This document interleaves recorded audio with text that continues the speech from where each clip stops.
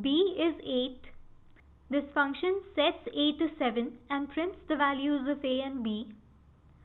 Func can access a and b, but we cannot access the value of a from outside func. A is local to func. Now a is 0. Func prints the value of a, then sets it to 1, then prints it again. But when we call up func, we can see that it cannot print a before assigning to it first. A was 0, but that is global, not the local a. So we can set a default value of 0 for a when defining func. This solves the problem. This is function red. Here a is 1.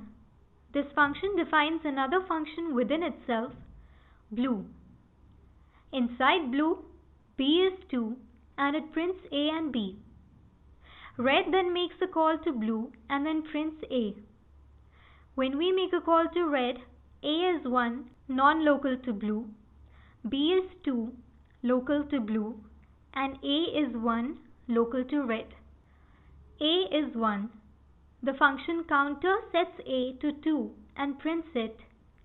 Make a call to counter and we have 2 from the local a to counter. But outside this function, a is 1 from the global a. So we can declare that counter deals with the global version of a. So now a is 2 for counter, but it also modifies the global a.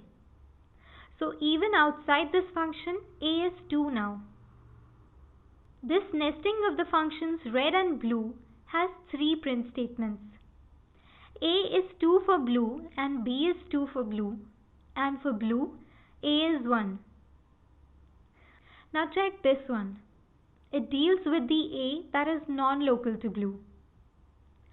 A and b are 2 for blue and a is 2 for red as well, because the value for that has been modified by blue now.